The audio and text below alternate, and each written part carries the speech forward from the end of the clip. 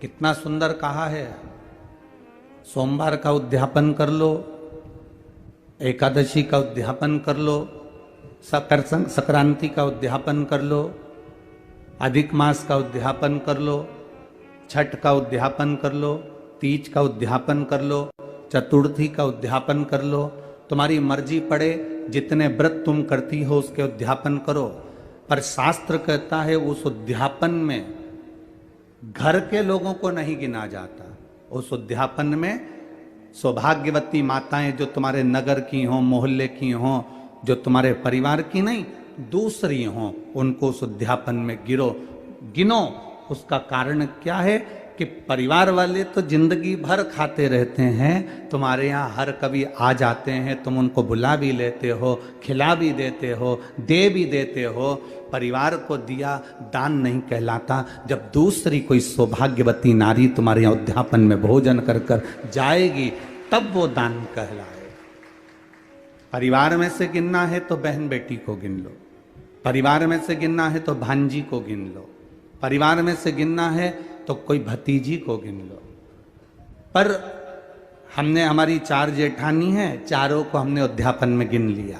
हमारी 5 देवरानी है, हमने 5 को उद्यापन में गिन लिया। हमारे काका जी की जो लड़कियां हैं, हमारी जेठानी आदि का जो भी उनकी बहुएं हैं, हमने उनको भी उद्यापन में गिन लिया। ये उद्यापन नहीं लगता। उद्यापन हम जब दूसरे को देते हैं, कई लोग कहते हैं हमने बेटी का विवाह करा तो उसको साड़ी दी तो हमारा दान लगना चाहिए, बेटी की शादी होने के बाद हम बेटी को कुछ दे रहे हैं तो दान लगना चाहिए, हमने बेटी को अंगूठी बनवा कर दी तो हमने दान कर दिया, हमने बेटी को वस्त्र दिया तो दान कर दिया।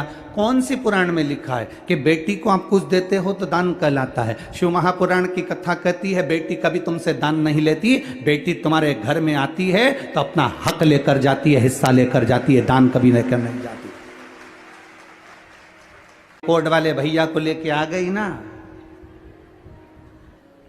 अगर एक दिन आ गई ना काले कोट वाले को लेके, फाइल माइल सब लेके, उस दिन फिर तुम जी जी जी जी करते रहोगे। एक साड़ी देकर कभी एहसान मत मानो कि हमने बेटी को कुछ दे दिया, हमने बेटी को कुछ प्रदान कर दिया, हमने दान दे दिया। बेटी कभी दान नहीं लेती, बेटी तो खुद दान में जाती है। उसको हमारे यहाँ सनातन धर्म में कन्यादान कहते हैं। बेटी तो खुद दान में जा रही है।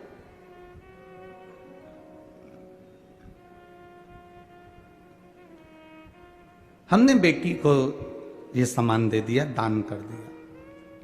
शिव महापुराण कहती है ना ना ना, अब दूसरे को दिया गया दान है,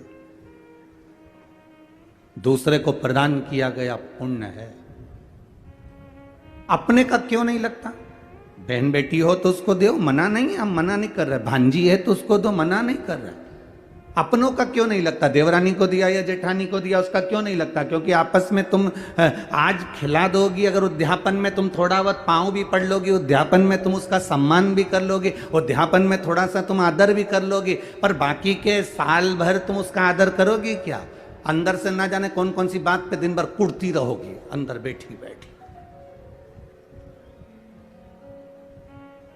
तो ये पुण्य कहां से लग गया? ये दान कहां से लग गया?